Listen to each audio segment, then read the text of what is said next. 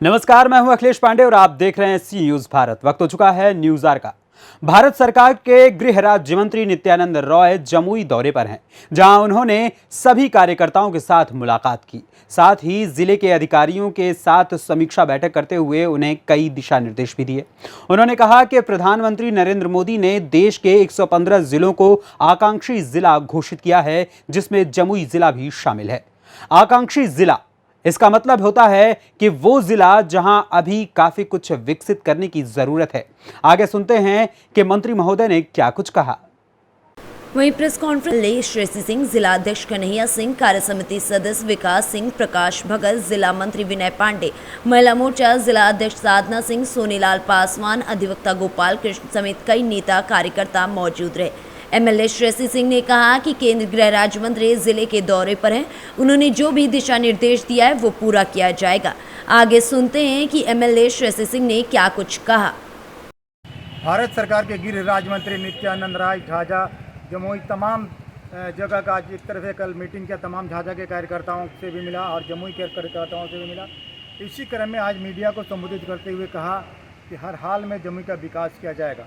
देखिए, कई मंत्रियों का दौरा आता है, दौरा लगता है, दौरा पे कई लोग आते हैं, लेकिन जमुई का यथोचित विकास बिल्कुल नहीं हो पाता है।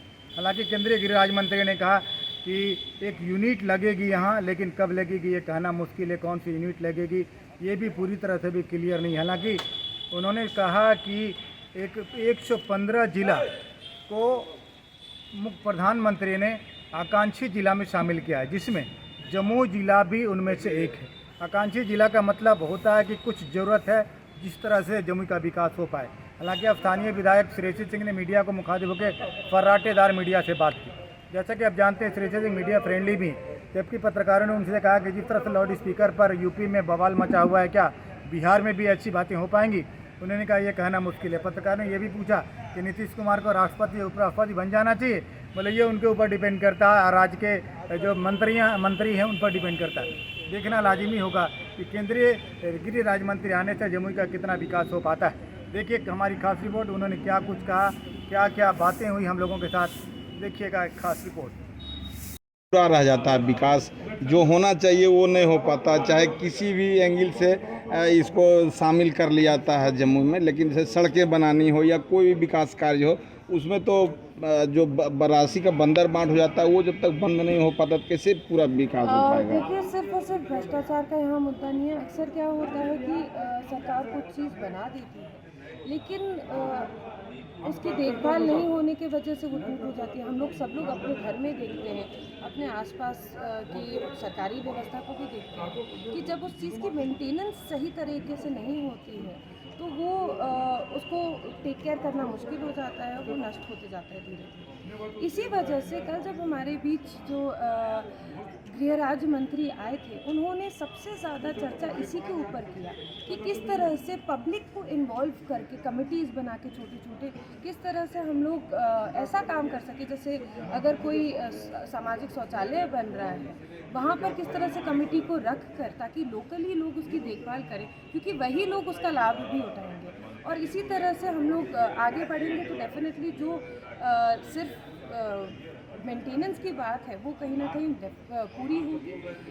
भ्रष्टाचार का जो आपने सवाल किया, मुझे लगता है कि इसके ऊपर बहुत लंबा और विस्तारपूर्वक जवाब है हमारा। डेफिनेटली कहीं ना कहीं हम लोग बहुत संघर्ष करके लड़ाई लड़के भ्रष्टाचार मुक्त कराने की कोशिश कर रहे हैं। बहुत कम भी हुआ है, बहुत कंट्रोल हुआ है, लेकिन संघर्ष जारी है और ये लड़ाई जारी है। जिस तरह से गृह राज्य मंत्री जमुई जिला को कितना लाभ हो पाएगा मैम?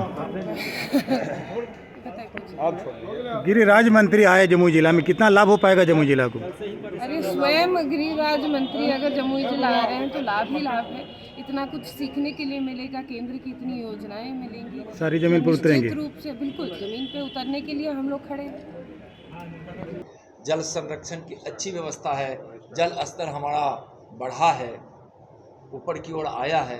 तो इस तरह से विभिन्न योजनाओं की समीक्षा के बाद लगा कि काम प्रगति पे है और संतोषजनक है, और कहीं कुछ लगा कि नहीं इसमें और गति किस प्रकार से हो सकता है, तो जनप्रतिनिधियों और प्रशासन के साथ मिलकर समीक्षा करके हम लोगों ने उसके लिए एक प्लान भी बनाया है। यह समीक्षा के दौरान यह बातें आई।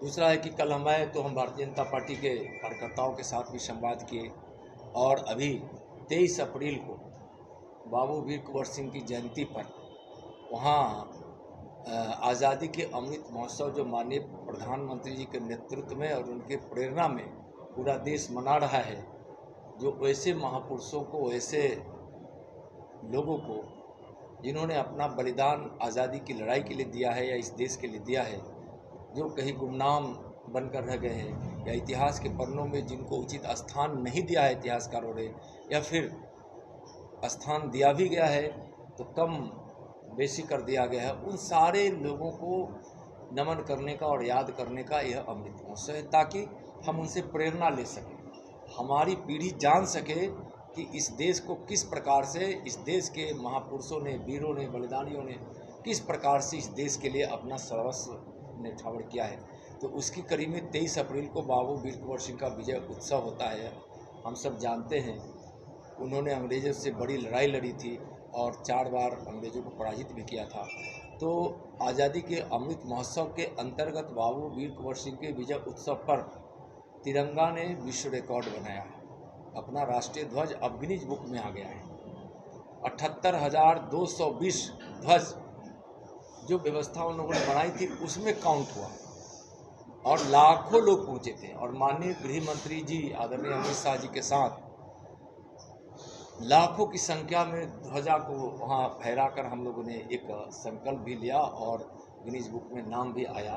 गिनती तो 78,220 की हुई, लेकिन लाखों की संख्या में वहाँ लोग पहुँचे थे। तो एक उसकी भी बधाई इस जिला को देना था और जिला के कार्यकर्ताओं को देना था, या जो ऐसे लोग सामाजिक संगठन के लोग भी जो इस कार्यक्रम में पहुँचे होंगे वैसे संगठनों को भी बधाई देनी थी। तो आज हम बधाई भी कल भी दिए थे, आज भी दे रहे हैं और यहाँ के लोग वहाँ गए थे, उनके प्रति हम आभार भी व्यक्त कर रहे हैं।